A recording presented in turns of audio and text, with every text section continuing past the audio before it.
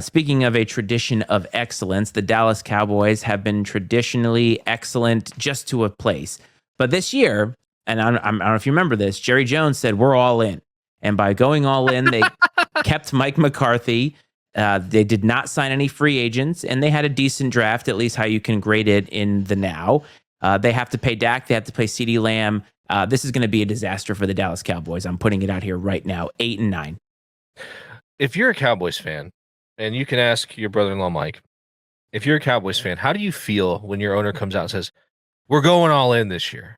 And they do nothing. Like, what have you been doing the last however many years? And if this is the year you're finally going all in, like, I thought that's what last year was supposed to be, or the year before that. Or you should be going all in every year. Like, unless you're in a, like, known rebuild, like, you should be going all in to compete for a championship.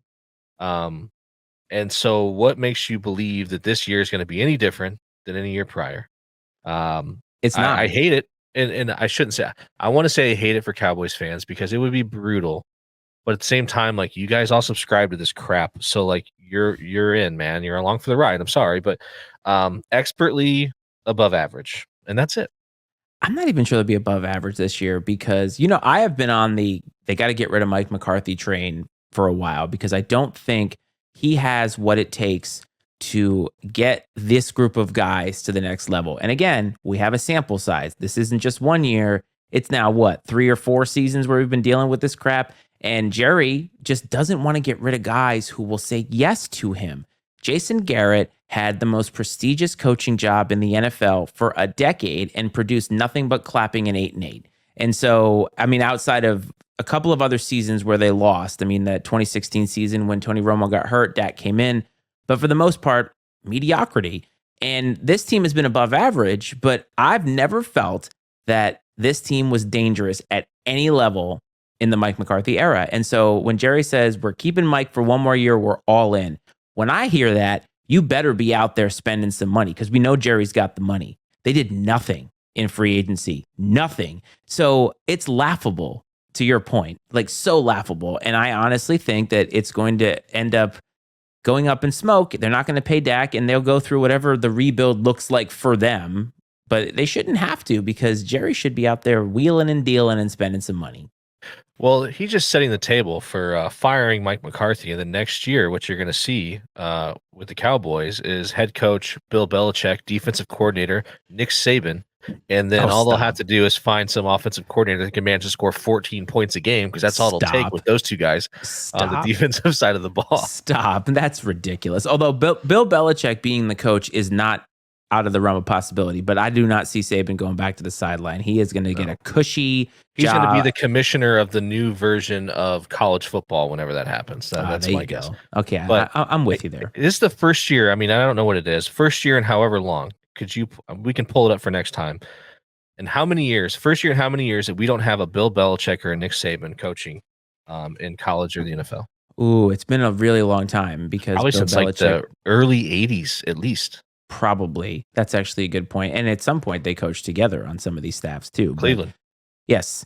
So you also have the Eagles. Remember how weird the Eagles season was last year? All the hope. They almost won a Super Bowl. There was some weird tension with It's going to be weird Sirianni. again. You think so? Oh, yeah. Because the OC, they fired him, but he was a scapegoat. It's going to be weird again. The beef is between Hurts and Sirianni. And they're already asking Sirianni about it in the preseason. And he's like, I don't worry about it. That's what he has to say. But if they come out and are like 2-2, watch out because things start to go downhill. And guess who's more expendable? The guy that's not the quarterback. So Sirianni, and I told you last year, Sirianni's stuff was cute while they were winning. But when they start to struggle, it's not cute anymore. And he never changed his shtick. And I don't see him as a guy who wants to change his shtick. But guess what? You're going to get fired if you don't start winning. You can be eccentric, or whatever you want to call it, but you can't be eccentric and bad. Like that's, you know what I mean? Like look at, like, I think about baseball. Think of like Turk Wendell, right? You can't be Turk Wendell, but not be still like a good pitcher. Yes. Right. Or Mark Fidrich, right? You can't be Mark Fidrich, the bird, but not still be a great pitcher. Like you if you're going to be, you're going to have some of the antics or whatever, some of the shtick, you better be able to win too. And I think you're right. And I heard something that said that like one example was last year. So it sounded like Hurts and the OC were sort of like they were maybe on the same page. And so they would like change calls on offense. Like they would go rogue between the two of them. And like, but Sirianni though, like I can't remember the game because they referenced a game where like they called Sirianni wanted to run play, but they called some sort of pass thrown outfield. They end up losing the game basically as a result of this failed play. And Sirianni in the post game, he took the blame himself. Like he owned it like it was his fault or whatever. So like he did the right thing in that situation. He didn't throw his quarterback or his coordinator under the bus. Even though it was their choice. It wasn't what he wanted, it wasn't what he called. They went rogue. But I think that the tension still exists between Sirianni and Hurts, it seems. Now, I think a lot of us maybe underestimate the ability for people to, in high stakes things like the NFL, to bury the hatchet and be pros. I think that there's definitely the potential that these guys can coexist for, to chase a common goal, but yet to be determined.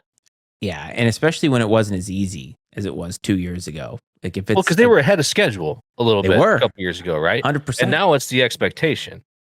Yes, that I'm telling you, and we're going to get to that with the next division too, a team that will have expectation. But to round out the rest of the NFC East, the Giants, sure, and the Commanders have a wait. Hold up, go ahead. The Giants. I feel bad for Daniel Jones. The organization has put him in a position to fail. Like it's not his fault that they paid him hundreds of millions of dollars. Like, you know what I mean? Like he's just there and employed. Like, and they're like, "Hey, man, like we think you are awesome, and we're gonna pay you all this money because we don't think we can find anyone else to be as mediocre as you are." I mean, that's the part right there. The fact that you can't hate him. Like, hate the organization. It sucks for him because they extended or they overreached when they drafted him number 5.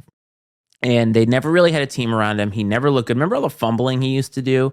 And I used to think like, oh man, that's tough because as a quarterback, fumbling usually isn't your problem. It's usually throwing interceptions, bad reads, and you can work on guys with that.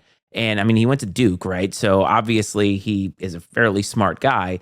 And then he kind of put some things together and they went to the playoffs, won 10 games, looked like crap when they played, or they beat the Vikings and looked like crap after that. But he kind of earned himself some leverage. And the Giants were in that position that we just talked about. Now, they only paid him $40 million. So they got a discount in comparison to what these guys are getting now.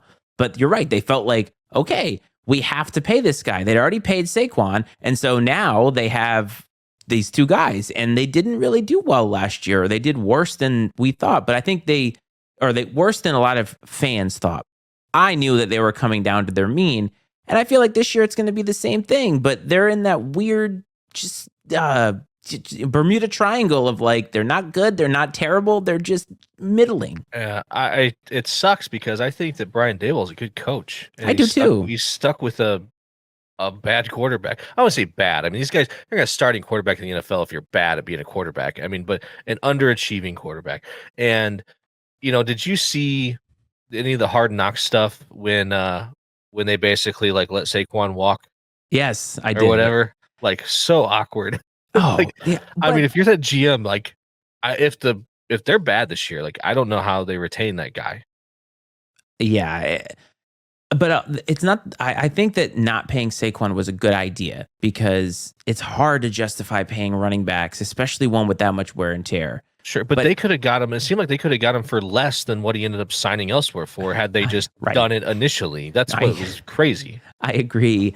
Giants, ever since Gettleman took over and ever since Eli left, like there's just not been a lot of good business going on with the Giants. I mean, that's kind of been New York's shtick recently, hasn't it? Just not good business. And the Giants at least have a couple Super Bowls out of it. They have 3 or whatever. But like at the same time, 4, excuse me. But at the same time, it's like right now, just don't trust them. And the Commanders have like some talented guys, but obviously with a rookie quarterback in Jaden Daniels, who has actually looked pretty darn good.